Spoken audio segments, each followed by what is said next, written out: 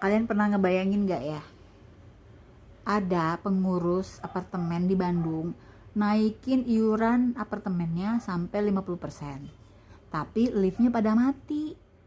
Ini kan tipe pengurus yang gak tahu malu ya, dan gak punya empati ya. Jadi selalu bermusuhan sama penghuni apartemennya. Si pengurus ini dihujat-hujat, dikata-katain abis-abisan di WA grup, diomongin di mana-mana gitu loh. Coba apa nggak panas ya kuping mereka itu? Coba kalian bayangin, iuran apartemennya dinaikin, fasilitasnya dikurangin. Berarti ini menyala kan? Menyala banget kan pengurus kayak gini kan? Pengurus nggak tahu malu yang kayak gini. Sedangkan mereka tuh jadi pengurus tuh dibayar, dapat duit gitu loh. Terus tidak ada keterbukaan keuangan ya. Keuangannya nggak terbuka. Jadi ada selentingan nih bahwa ketua yang sekarang tuh sudah ngambil 500 juta dari iuran warga. Entah dia buat apa nggak tahu, sampai sekarang belum dipertanggungjawabkan. Ini selentingan ya gitu loh. Nah jadi bayangin guys, jadi kalau kalian mau pilih tinggal di apartemen, hati-hati, karena apartemen itu bagus atau tidaknya salah satu yang mempengaruhi adalah bagaimana pengurusnya di apartemen itu.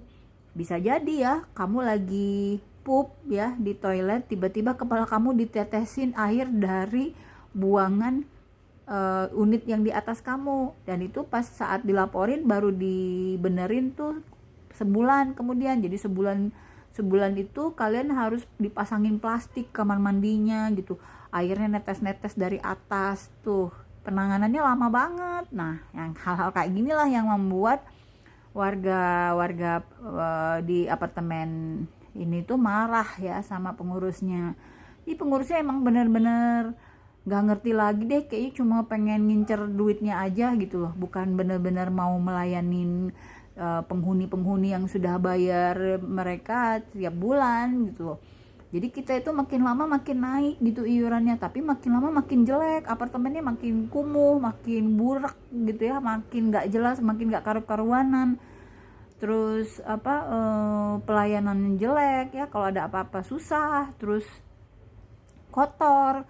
Terus yang paling parah itu lift, sempet kita tuh semua liftnya mati guys, bayangin guys gitu. Jadi ya kalau dibilang nyesel ya tinggal di apartemen kayak gini gitu. Dan ketika kita bisa ada pertemuan sama pengurusnya, kita kasih masukan, kita kasih usulan, nggak didengerin guys sama mereka, nggak didengerin sama sekali ya. Waduh parah banget deh itu, benar-benar parah ini. Aduh nggak tahu deh apa mesti azab Allah lah, apa ya yang bisa bikin mereka sadar gitu ya, betapa kezoliman mereka ini terhadap kita-kita yang tinggal di apartemen gitu loh. Jadi semua naik guys, kami itu semua naik ya, listrik naik, air naik gitu loh. Pokoknya parah banget deh.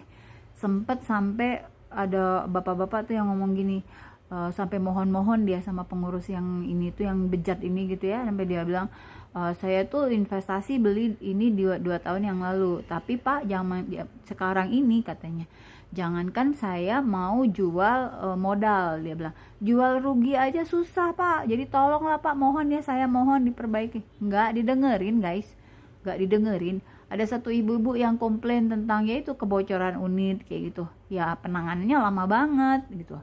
Nah jadi bayangin kalau kalian mau tinggal di apartemen, kalian harus selidiki dulu bagaimana kepengurusan di apartemen tersebut.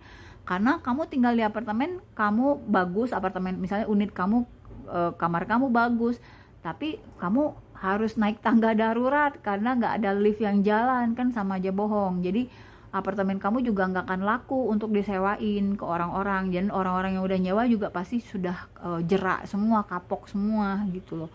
Jadi otomatis akhirnya untuk bisnis pun, untuk disewakan pun nggak bagus, untuk dihuni pun nyusah-nyusahin diri sendiri gitu. Biaya IPL-nya jalan terus, bayar iurannya jalan terus, tapi kaliannya dibikin menderita gitu. Naik tangga lah, muter sana muter sini lah gitu. Bayangin ya, 2 tower itu nggak ada lift yang jalan. Dan kami ngalamin itu, ngalamin kejadian kayak gini gitu. Parah banget deh apartemen di Bandung ya, lokasinya tuh di daerah Cicadas ya. Kalian bisa lihat sendiri, parah banget deh pengurusnya. Baru sekali ini nemuin pengurus yang separah-parah ini gitu loh.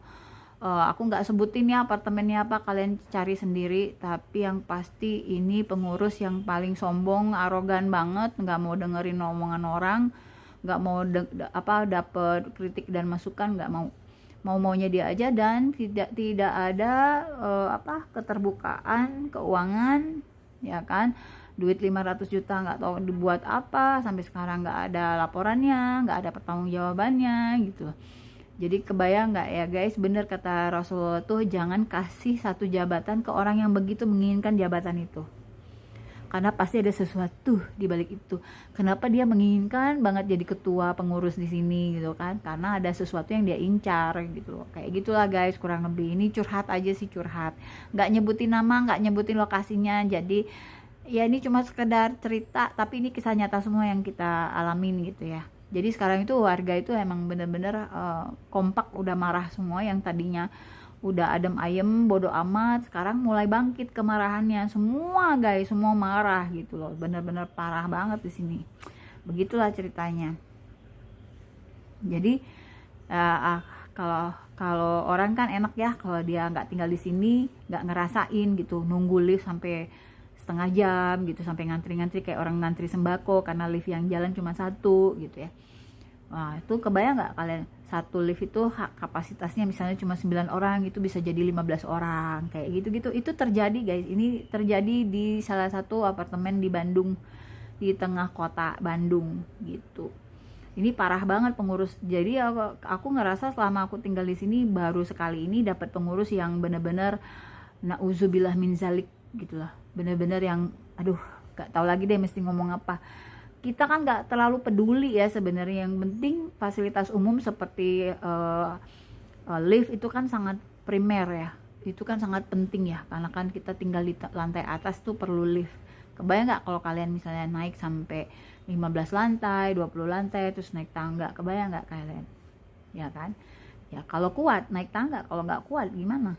Gitu. Nah jadi ini aku nggak tahu lah, aku mesti laporin ini kemana ya. Mungkin laporin ke Kang Farhan atau Kang Deddy Mulyadi, Gubernur Jawa Barat. Ini kenyataan yang kami alamin sebagai penghuni apartemen di tengah kota daerah Cicadas di Bandung. Pengurus kami parah banget, kacau balau banget.